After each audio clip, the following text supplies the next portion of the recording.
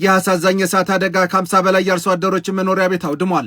አደጋው የተከሰተው በሰሜን ወሎ ዞን ሀብሮ ወረዳ ሶዶማ ወይንም ድሬ ሮቃ ተብሎ በሚጠራ አካባቢ ቀሰማ በሚባል ጎጥ ነው። አካባቢው ላይ በደረሰው በዚህ አደጋ የበርካታ አርሶ አደሮች ቤት ሲወድም አብሮ በቤት ውስጥ የነበረው ንብረታቸውንም ጨምሮ እንደሆነ ነው መረጃ ያመለከተው። እኚህን ሰው ታስታውሷቸዋላችሁ። ሻህ ሐሰን ከረሙ በሰሜኑ ጦርነት ወቅት የአካባቢው ማህበረሰብ በማስተባበር በፈጸሙት ጀብድ ይታወሳሉ። በእሳቸው አካባቢ ነው ይህ የእሳት አደጋ የተከሰተው። በትናንትናው በተከሰተው በዚህ የእሳት አደጋ ንብረታቸውን ላጡ አርሶ አደሮች አስቸኳይ ድጋፍ እንደሚያስፈልግም ጥሪ ቀርቧል።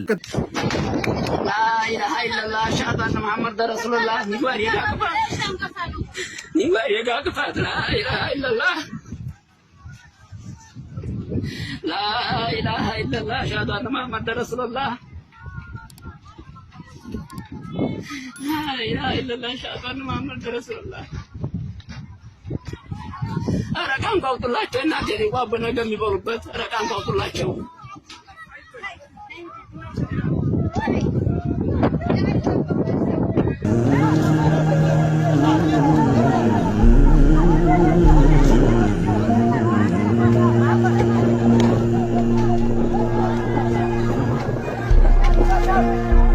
ይሄን አጥራን ሳብ እንዲህ አልኩን የሚያዘው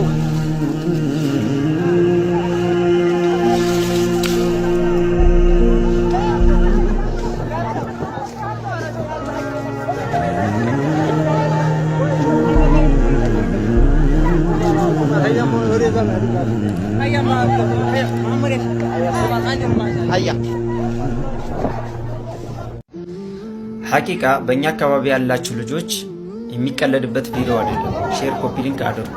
እኛ ከኪሳችን ባናወጣ እንኳን በምንችለው ሼር ኮፒ ሊንክ እያደረግን ለሚመለከተው አካል እናደርስላቸው ባካችሁ። ይህንን እንደዚህ አይነት ቪዲዮዎችን በመጠኑ ሳይሆን በሰፊው ማድረስ አለብን። እኛ ካላገዝናቸው በምንችለው እኛ ካላገዝናቸው በገንዘብ ባናግዛቸው ይህንን ነገር ድምጽ በማሰማት እንገዛቸው። እኔ በምክንያት ነው። ሚዲያ እናሳድግ። እኛ አካባቢ ላይ ሚዲያ ማደግ አለበት። አደጋ ሲፈጠሩ የሚያደርስልን ሚዲያ ስለሌለ ራሳችን ሚዲያ መሆን አለብን። ሰላም አለይኩም ወራህመቱላሂ ወበረካቱ። ውድና የተከበራችሁ በመላው ዓለም ላይ የምትገኙ ናችሁ።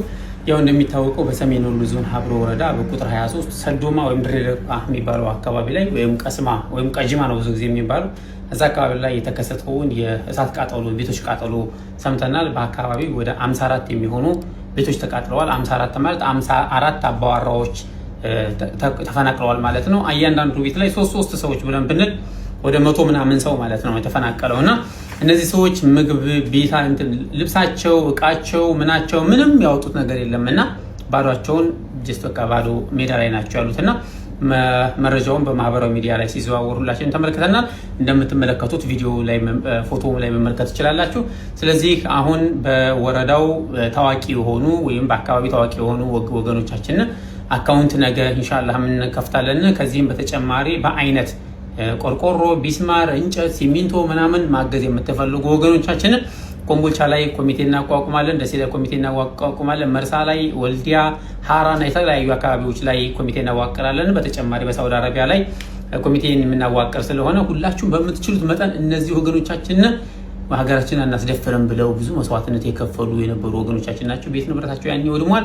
ያኔም አላቋቋምናቸውም። አሁን ደግሞ ተጨማሪ ደግሞ የተፈጥሮ አደጋ አጋጥሟቸዋል ማለት ነው። ስለዚህ ወገኖቼ ልክ እንደከዚህ ቀደሙ መረጃውን ሸር በማድረግና የምትችሉትን ሁሉ እንድታግዙ ከወዲሁ ጥሪ አስተላልፋለሁኝ። አካውንት ነገ ኢንሻአላህ እንለቃለን ማለት ነው። ሰላም ጂን ሚዲያ መሆን አለብን በሚል ነው ወደዚህ ሚዲያ ያገባሁትና ሼር ኮፒ ሊንክ እያደረጋችሁ አድርሱልኝ።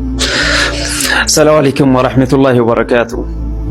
በጣም የሚያሳዝን ዜና ነው ዛሬ ያስኩት። ሁላችሁም ሼር ኮፒ ሊንክ እያደረጋችሁ ለሚመለከተው አካል